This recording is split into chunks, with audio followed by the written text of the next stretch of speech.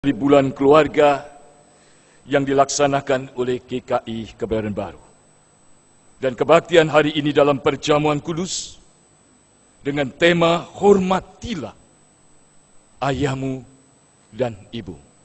Mari kita berdoa. Sebelum kami menghampiri meja perjamuan kudus, siapkan hati dan pikiran kami, Tuhan, agar Tuhan berkenan melayakkan, Tuhan berkenan menguduskan, Tuhan berkenan berkarya, menyampaikan sabda. Air hidup itu mengalir di setiap hati, batin dan kehidupan kami, sehingga setiap kami boleh pulang dengan segar dan kuat kembali. Berfirmanlah Tuhan, karena kami merindukan terang dari Tuhan untuk menuntun jalan hidup kami.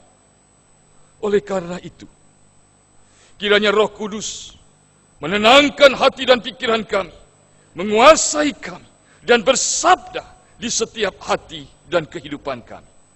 Di dalam nama Tuhan Yesus kami mohon. Amin. Bacaan Alkitab dalam 3 bagian, yaitu Keluaran 20 ayat 12, Ulangan 5 ayat 16, dan Efesus 6 ayat 2 dan 3. Keluaran 20 ayat 12, Ulangan 5 ayat 16, dan Efesus 6 ayat 2 dan 3 akan ditayangkan.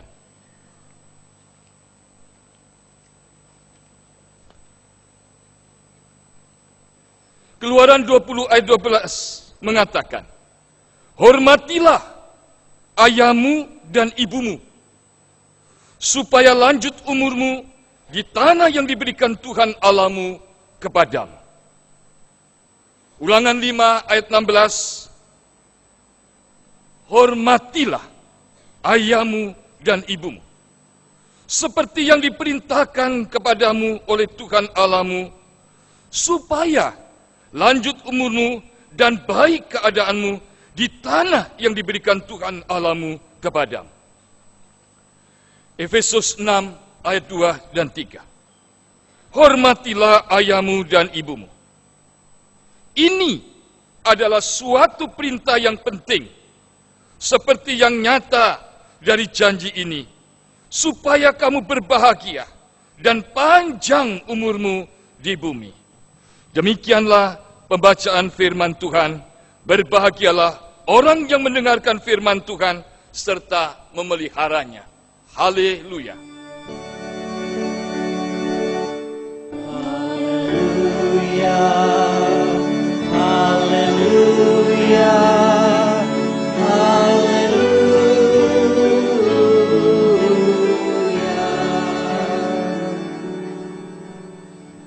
Hormatilah ayahmu dan ibumu.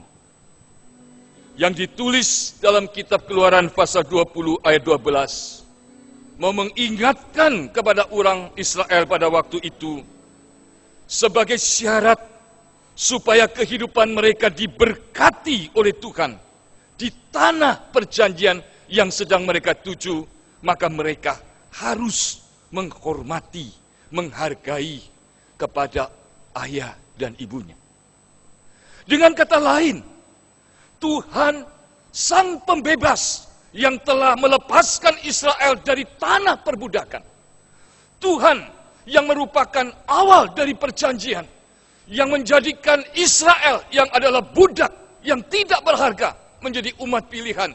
Dan Tuhan menjadi bapanya. Tuhan perjanjian itu mengatakan, aku Tuhan Allahmu, engkau umatku. Aku akan menepati janjiku dan memberikan tanah perjanjian yang penuh dengan susu dan madu. Tapi engkau sebagai umat, engkau harus menghormati ayah dan ibu. Kitab Ulangan pasal 5 ayat 16 menekankan kata tanggung jawab. Ternyata ketika Tuhan sudah memilih Israel sebagai umat pilihan, di dalam kehidupan mereka kepada Tuhan ada tanggung jawab. Di dalam kehidupan mereka sebagai umat harus mencerminkan umat ilahi. Dan mereka bertanggung jawab masing-masing. Anak harus menghormati ayah dan ibunya. Orang tua harus mendidik dan membesarkan anaknya. Supaya mereka hidup sebagai umat pilihan Tuhan yang patut dan berkenan. Tanggung jawab itu mencerminkan suatu hubungan antara orang tua dan anak di dalam setiap keluarga. Di dalam keluarga besar Israel punya tata krama, punya relasi di mana mereka punya suatu persekutuan yang menghormati dan menghargai. Dan itu mencerminkan citra sebagai keluarga ilahi. Efesus pasal 6 ayat 2 dan 3 mencerminkan bahwa ternyata hormati ayah dan ibumu bukan hanya soal di tanah perjanjian orang Israel di zaman dulu. Ternyata hormati ayah dan ibumu bukan hanya soal urusan pada zaman dulu sebagai umat Allah Israel yang sedang mencerminkan sebagai umat pilihan Tuhan. Tetapi hormati dan ayah dan ibumu itu sebagai perintah yang penting. Mengapa? Karena engkau akan bahagia dan panjang umurmu di bumi. Jikalau kita mau hidup kita bermakna, berharga, dan sungguh-sungguh hidup kita ini sungguh-sungguh bahagia, maka kita harus mempraktekkan satu tata cara hidup yang menghormati ayah dan ibu, dan orang tua pun harus memberikan contoh dan teladan. Saudara-saudara, dengan kata lain surat Efesus pasal 6 ayat 2 dan 3 mengatakan, setiap orang Kristen, setiap anggota jemaat yang sungguh percaya dan beriman kepada Tuhan Yesus Kristus, maka dia harus menunjukkan kehidupan yang bahagia, kehidupan yang panjang umur, dengan kehidupan yang dicerminkan seorang anak menghormati orang tuanya, dan seorang anak menghargai orang tuanya. Kebahagiaan itu tidak hanya dialami di dalam keluarga. Kebahagiaan yang dialami di dalam keluarga itu akan disalurkan kepada seluruh orang dan masyarakat. Dan kebahagiaan yang diberikan oleh Tuhan itu tidak hanya di bumi, tetapi sampai selama-lamanya. Inilah inti dari bacaan Alkitab kita. Persoalannya muncul. Ada orang yang mengatakan, bagaimana saya menghormati ayah dan ibuku? Orang lain bisa. Karena mereka punya ayah yang sungguh luar biasa. Mereka diberikan kesempatan mempunyai seorang ibu yang hebat. Bagaimana jikalau aku sebagai seorang anak yang tidak bisa memilih, tapi mempunyai ayah dan ibu yang tidak mendukung? Saudara, kita akan melihat foto gambar yang pertama. Yang pertama, bukan yang ini. Ya. Wanita ini suatu hari hadir sebagai penceramah di sebuah kampus di California. Ketika dia sudah berdiri di depan mimbar, dia mulai melihat setiap mahasiswa dan setiap dosen yang hadir. Dan dia mulai mengatakan demikian. Saya lahir dari seorang ibu yang tunarungu, tunawicara. Saya lahir dari seorang ibu yang sangat miskin dan tidak berdaya. Dan saya lahir sebagai anak yang tidak diinginkan. Saya lahir sampai sekarang saya tidak tahu siapa ayah saya. Saya tidak mengenal di mana dia berada, apakah masih hidup atau mati. Tetapi yang jelas, laki-laki itu telah memperkosa ibu saya. Dan saya lahir menjadi anak haram. Saat itu saya hidup miskin. Saya bekerja pertama kali sebagai buruh di pertanian kapas. Yang terasa di dalam hati saya sebagai seorang Kristen jemaat gereja baptis, saya benci keadaan saya. Saya kecewa terhadap Tuhan. Mengapa Tuhan memberikan orang tua kepada orang lain yang baik, tapi kepada aku tidak? Saya merasa hidup tidak berguna. Saya tidak mengerti untuk apa saya hidup di dunia ini. Suatu hari, di dalam kekecewaan dan kepedihan itu, ada suara di hatiku yang berkata, kamu dapat memilih. Mau tetap seperti ini, atau keluar dari keadaan ini. Kamu harus memilih. Pilihan di tangan. Sebagai orang Kristen, wanita ini bekerja. Sekolah. Dia membiayai, dia mengasihi ibunya. Dia sungguh-sungguh berjuang dengan keyakinan pilihan ada di tangannya. Saya harus berhasil. Dia diam. Lalu dia mengatakan, nama saya Asi Taylor Morton. Saat ini, saya berdiri di sini sebagai Menteri Keuangan Amerika Serikat. Di zaman Presiden Jimmy Carter. Saudara, hormati ayah dan ibumu. Dia bisa menghormati ibunya. Dia bisa menghormati ayahnya. Bukan karena situasi, kondisi, dan keadaan. Tuhan memilih saudara. Dan saudara harus memilih. Ingatlah. Engkau dipilih untuk berharga. Dan hari ini kita mengikuti perjamuan kudus. Melambangkan bagaimana pilihan Allah itu dengan harga yang dibayar. Nyawa dan darahnya. Siapa yang memilih saudara? Siapa yang memilih saya? Kita bisa meneruskan cara hidup yang berkeluh kesah, bersungut-sungut, merasa tidak adil, merasa kita berhak untuk marah. Tetapi hari ini jikalau kita menyadari ketika Allah memilih saudara, ketika Allah memilih saya, Dia sadar kita hanya debu dan Dia Allah Sang Maha Pencipta. Dia mengatakan, engkau umatku, aku mati untukmu. Maukah engkau menghormati ayah dan ibumu?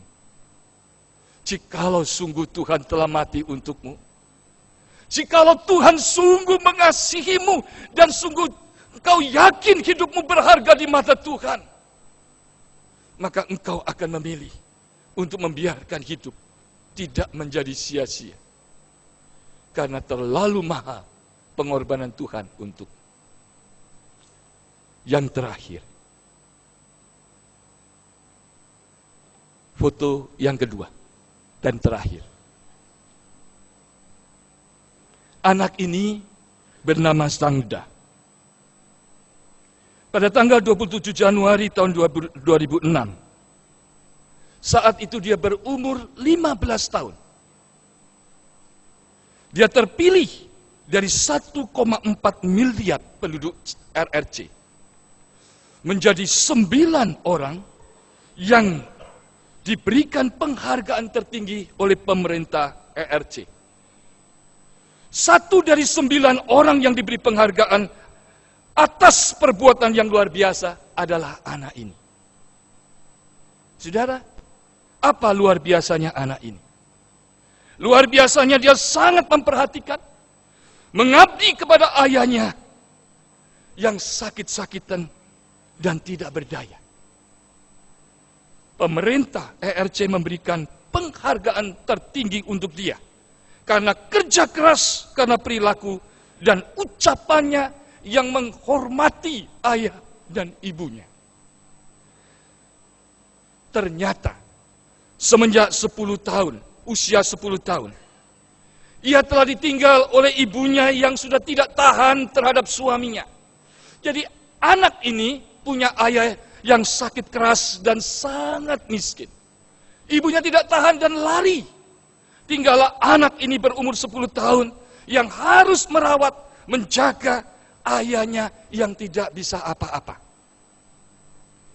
Dia memandikan ayahnya, dia yang merawat ayahnya, dia yang harus kerja cari makan untuk ayahnya, dia harus membeli obat untuk ayahnya, dia harus menanggung sendiri dalam usia 10 tahun. Ketika dia diwawancara dalam usia 15 tahun itu, oleh tim pemerintah, ditanya, apa yang penting dalam hidupmu? Hidup itu harus terus berjalan. Tapi tidak dengan melakukan kejahatan. Melainkan memikul tanggung jawab untuk meneruskan kehidupanku dan kehidupan papaku. Setiap hari dia sekolah, melewati hutan yang kecil, dia makan dari bulir-bulir dan buah-buahan yang dia bisa ambil. Dia makan rumput, dia makan jamur, dan dia latih mana yang dimakan dan mana yang tidak. Sepulang sekolah, dia bekerja sebagai tukang batu. Dan uang itu diberikan beras untuk membeli dan untuk membuat bubur untuk ayahnya. Dan dia membelikan obat untuk ayahnya dalam keadaan yang miskin itu. Dia belajar dari buku-buku bekas yang dia beli tentang pengobatan. Dia belajar dari seorang suster bagaimana menyuntik dan memberikan obat untuk ayahnya. 5 tahun dia kerjakan itu. Dan ketika dia diberi penghargaan, di malam penghargaan itu, ketika banyak orang yang penting, selebriti, dan banyak orang yang kaya yang hadir, dia ditanya, dan dia diberi kesempatan untuk mendapatkan apa yang dia akan minta. Ditanya oleh MC-nya, sebutkan apa yang kau minta hari ini. Di sini banyak orang yang akan dukung kamu. Sekolah mana? Rumah sakit mana? Untuk ayahmu? Biaya dan uang sejumlah berapa? Mereka akan siap membantumu. Dia terdiam. Ketika bertanya berkali-kali, apa yang kau inginkan? Akhirnya dia terbata-bata berkata, aku mau mamaku kembali. Dia mengatakan, mama, kembalilah ke rumah. Aku bisa menolong papa. Aku sudah bisa bekerja dan mencari makan. Aku hanya ingin mama kembalilah. Seorang anak yang tidak pernah ikut perjamuan kudus, dia tahu bagaimana menghormati ayah dan ibunya. Bagaimana dengan saudara dan saya hari ini? Masihkah kita akan hidup seperti yang lama? Hormatilah ayah dan ibumu, karena itu perintah yang penting, dan laksanakan. Amin.